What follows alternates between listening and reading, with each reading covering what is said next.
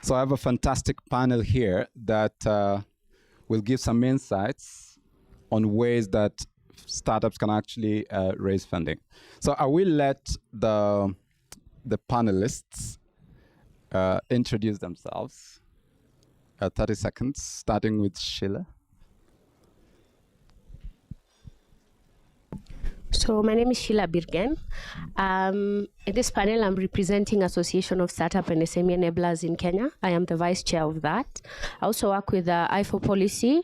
I'm part of the task force representing Kenya in that, and we work on innovation policies across the continent.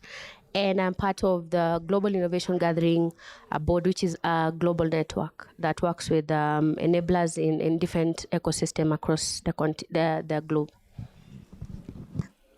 Fifi.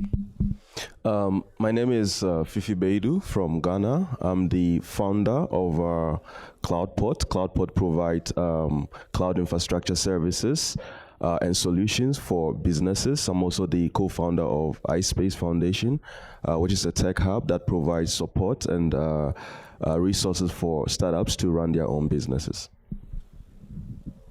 Hi, my name is Mo, and well, I wear two hats sitting down here. One of them is being a partner at Vast Legal, which is focused on innovation, and literally what we do is help startups raise money. So I'm very comfortable on this panel.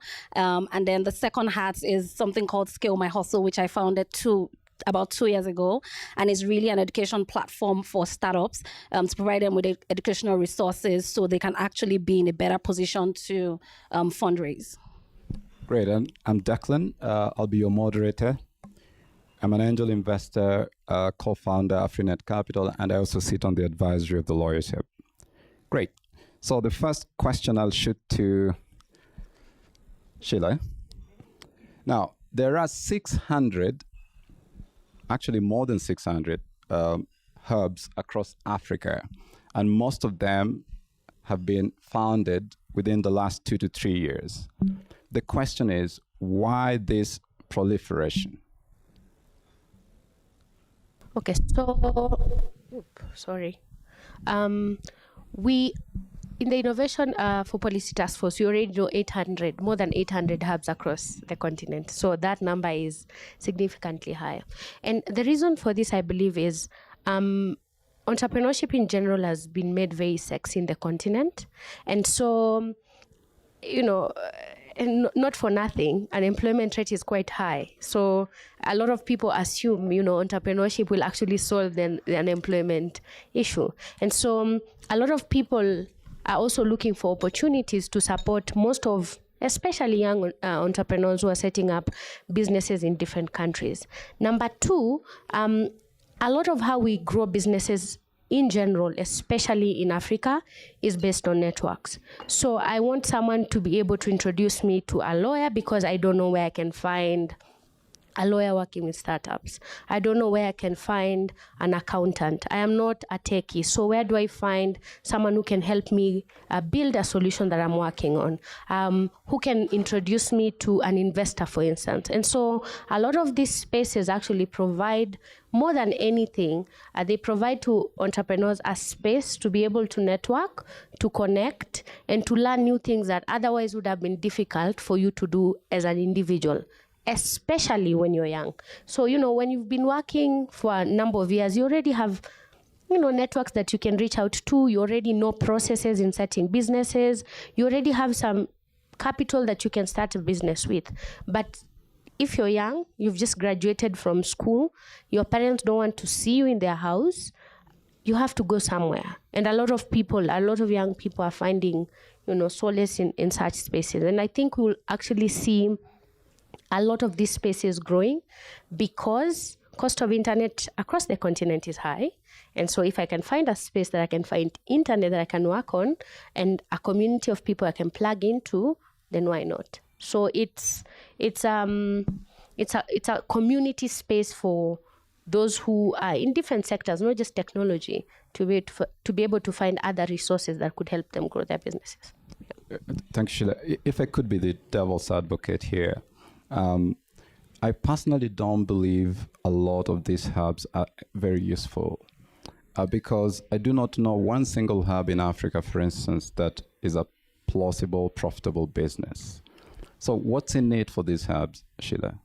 I know you're experienced in this sector. So, okay, if anyone is getting into this business assuming you'll make money, stop lying to yourself. You will never make money running an innovation center.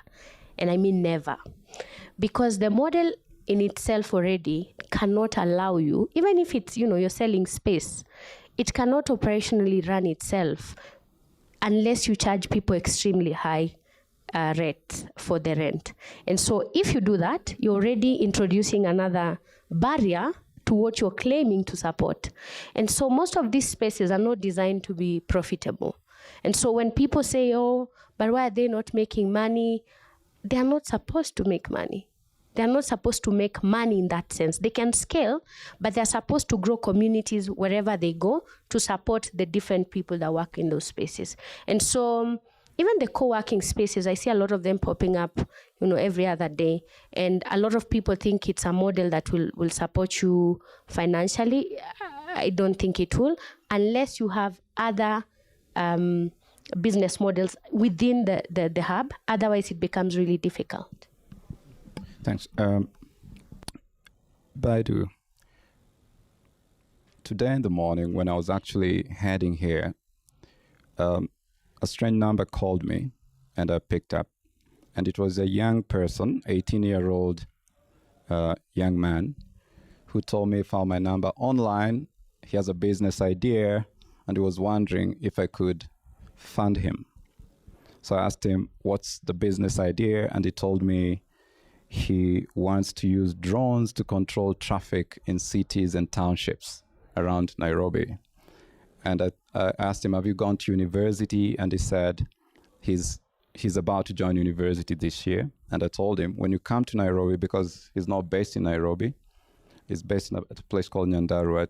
I asked him, when you come to Nairobi, get in touch and let's see how we can make this happen. And that got me thinking. There are many young people, and Sheila has alluded to that need exposure, inspiration, and a platform to apply themselves.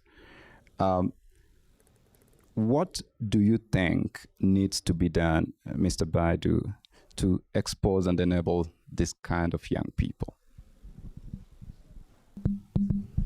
Thank you very much, Declan. I think,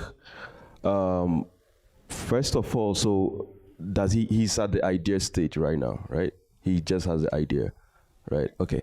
I think, first of all, he needs to work towards a prototype. He needs to find a space or a hub with the right resources that can support him. I don't know where he's based. If there's like a very good tech hub in that space, he could go there, because this seemed like a big project. I don't think he'll be able to do everything by himself. The most important thing is being able to use all the resources around him or that he can find to build a prototype. Because before you can get that exposure that you need, people or even potential investors would want to see something. People are not, well, most investors are not interested in ideas per se. They want to see data. They want to see your product working. So first of all, he should work towards building that prototype. If he can't do it all by himself, he should find a tech hub that can provide even the technical people or even, most importantly, the resources that he needs. Once he's done that, he should, deploy and have this prototype running, because that can get him the data and even help him improve the prototype that he has before thinking of, getting the exposure. If he has this, most tech hubs are willing to help expose them, because it's in their best interest to prove that the model that they have as a tech hub, is working, and that they have, successful successful startups that they can boost. But if I could just carry the discussion a little bit. So one of the main challenges, especially in Africa, is that most of these hubs and developed ecosystem that support startups are in major cities. And if you get outside the cities, it's usually, not. If you want to run a startup outside, let's say Nairobi, it's rather difficult. And I believe it's the same case with with Ghana. So maybe based on a Ghanaian type of experience, could you give us some insights on what are some of the initiatives that could be in place to ensure that these hubs, let's say, are decentralized, or the startups could actually get assistance wherever they are? Yeah, I think in Ghana, what our hub does is we got access to some funding, and we decided that instead of focusing just on Accra with the resources that we had, we basically designed a program which teaches people entrepreneurship, and then there's a technology side. And we worked with a network of hubs to run the program that we had.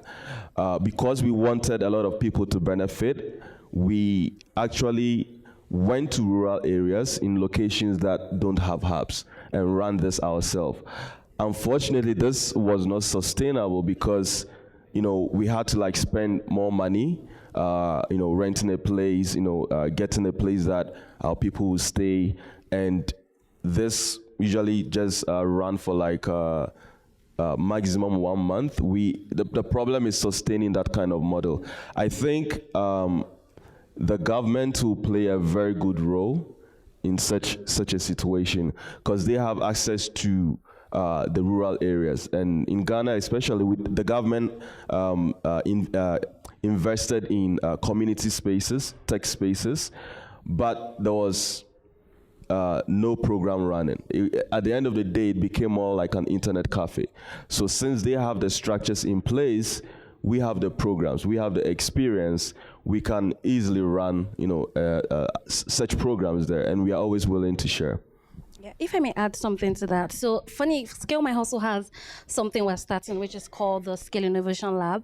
And how we're going around this problem is trying to, as much as possible, partner with schools. So when I say schools, I mean universities and even high schools, right? So the idea is a lot of these universities and high schools are at least much more distributed than, any other sort of community. And then the educational community is literally a breeding ground of ideas, right? So when you look at places in the US or maybe the UK and stuff like that, they are very interesting innovation spots within universities. But I went to university in Nigeria, and I really don't remember anything in my university where it's if I have an idea, I can just walk into this room, right? So one of the things we're doing is we already have a couple of partnerships across, and then we're starting the Innovation Lab actually out of Lagos, out of Abuja. So we're going to different other states and then just reaching out to the schools there and seeing if they can provide us with the basic things to make sure that we run as lean as possible. So they give us space, they give us, access to resources, they even give us manpower, and then we just bring in our people. Another thing we're doing is to ensure that the people who are going to be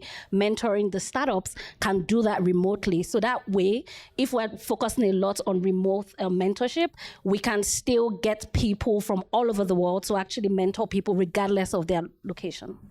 Oh, wow.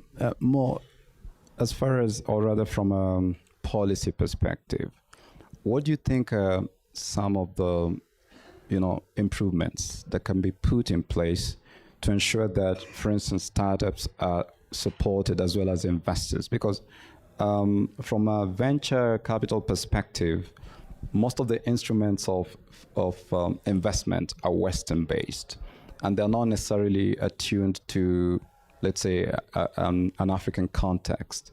What are some of those policy changes that can be made or are required to ensure that, for instance, the local investor is on the table as well, or there's more capital for the African startup? What are your ideas on that? Yeah, this is an issue that is very close to me because another thing that we see on the continent also is there's a lot of international funding coming in, especially at the early stages. That's fantastic. But what it means though is that the upside of our successful startups, goes back to the West, because at the end of the day, we don't have, enough local participation. So literally my own particular fight is to ensure that we have more local participation of investors. Now there are two sides. The average, rich woman on the continent, is not used to investing in startups. I've had, situations where HNIs will ask me and they're like, what is this startup thing? Let me put my money in oil and gas or land or, whatever, property. That's what they understand, right? So we still have that situation where people who are actually holders of capital are still not at that point where they understand the ecosystem.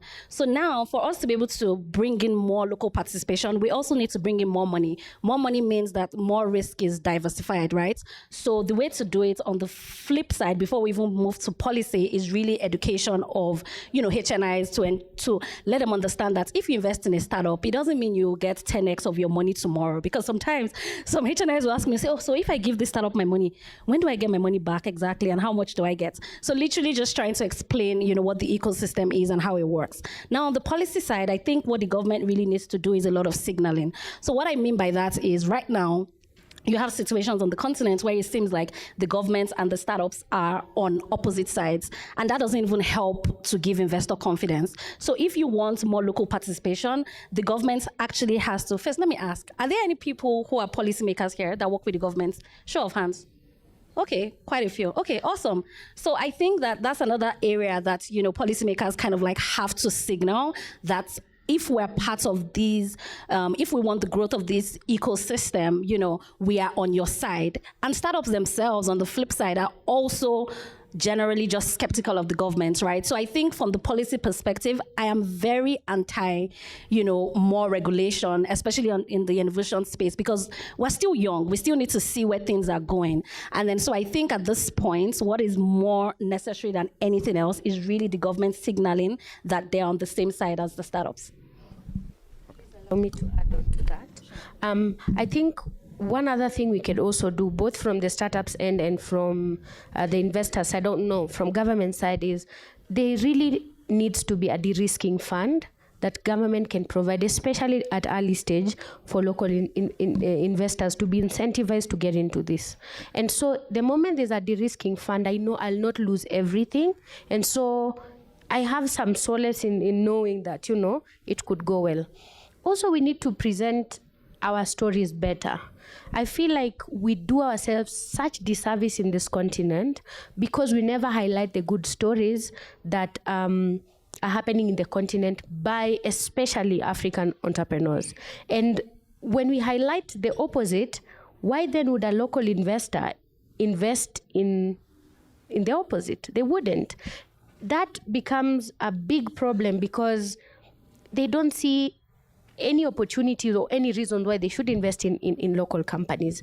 And for this, I'd give you this example. So when I start selling groundnuts here today, or I start selling sugarcane, chances are everybody else on this road will start selling sugarcane because they assume there's a lot of opportunities there. The moment an investor will cash out, not even heavily, and that is highlighted, you will see a lot of people, where there are so many buildings, they assume there's a lot of, opportunities in real estate. The same thing should be in the investment side. So if we can present, and this is a challenge not just to government, but also to media, let's try to highlight positive impact stories by African entrepreneurs doing amazing things in this continent. Great. So all of you are invited to ask whatever questions you have on Slido. So that you can participate in the discussion. Now, as you do that, my biggest fear is Africa will be successful in 100 years. But my biggest question is, who will own Africa? So this is a question to everyone. But I'd just like to hear some controversial thoughts, I guess, from panelists. Whom do you think will actually own Africa in 100 years? I mean, I feel like the people who own Africa are people who are willing to take the bets, right now. And when I say willing to take the bets, I also mean culturally, right? It's really interesting that people from out of the continent, at least from where I sit, I mean, every day I sit down negotiating one investment or the other, and I can tell you from where I sit that the people who are taking the bet on the continent are more from outside the continent. So, I mean, it's a sad reality, and I say it every day, but I think we need to begin to put our mouth where, we need to put our money where our mouth is. Like, we need to really, put in hard cash and say, see, we support this ecosystem. And you don't need to be, you don't need to be a billionaire in dollars or whatever to be an angel investor. Some startup like this, this drone probably needs just a few hundred, whatever currency you have to do a prototype, for instance, So just really being in that position where we're beginning to actually put, some money into the ecosystem would make a lot of sense. In my opinion, I think whoever invests the most will own Africa, especially in technology. So it's not just about who puts investment per se, but also in terms of the resources and the capacity to build our own technology. Whoever is able to balance this will definitely own Africa, because that's where we are headed to. Yep. I think we are losing it in the digital sovereignty fight already, because we are really not concerned about where that is going. And even entrepreneurs in this continent, you'll find that most of them are incorporated where? Delaware. So that already tells you who will own. Because even if I put investment and equity of this company is not in this continent, we will continue becoming consumers of products for as long as we last. Until the day we take sovereignty of products serious, it will just continue to be that. Estonia is a very small country. However, they've put so many things in place to make sure that they incentivize a lot of entrepreneurs from outside Estonia, including an e-residency permit that you don't even need to ever go there to be part of that economy. Until our government, especially with the free trade agreement, takes digital sovereignty serious, incentivize especially local companies, because we know this is where the consumers are. Everybody is interested in Africa simply because they know consumption of technology products will happen here because the continent is young. So until we also see the opportunity that this continent has that nobody else has, we will continue to lose that fight. Great. So we do have some questions from Slido, and I will just read out. Jeffrey says, as an African-led tech startup, how can we get to raise more money? 3% of all venture capital funding that happened in 2019 was allocated to people of color. I think he means non-Africans. So question is, how can we get to raise more money? I think, Mo, do you want to chime in? Sure, that's what I do for fun. So, one of the things I always tell African startups is you don't have the privilege, you don't have the Silicon Valley privilege, unfortunately. Anybody that has, a very nice coffee shoppy kind of idea can raise money in the Valley because there's a lot of, excess capital.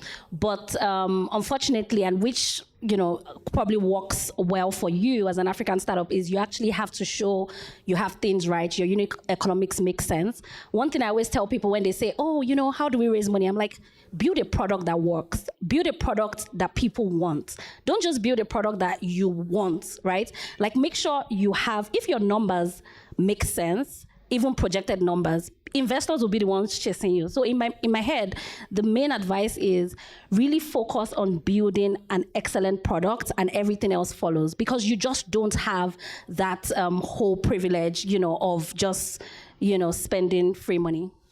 Yeah, and I think the other bit has already been discussed here, which is trying to get more funding in circulation and majorly local investment.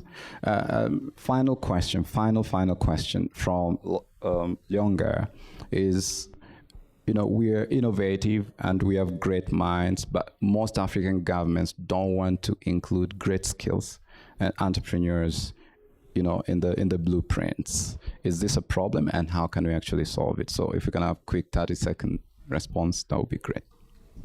The question is, most governments don't include entrepreneurs, great minds, and great businesses in the government, development programs. Yeah, I mean, that's very true, because and I think the main reason for that is we speak very different languages. They don't understand us, and we also don't know how to communicate clearly with them. An example is with the investors who don't really understand, this whole startup thing. Well, some investors, not everyone, who don't understand the startup ecosystem. They want to invest in what they can see and feel. And so until we get to speak the same language and get to communicate clearly, that problem will always exist. And I think another problem is because we've not celebrated successful startups well enough, they don't seem to have the confidence in us. Yep. Well, the future is co-created. So either governments get involved or they lose out. It's just that simple. So government, get in or get out. Thank you very much, everyone, for participating. It was a great pleasure to host this fantastic panel. Great.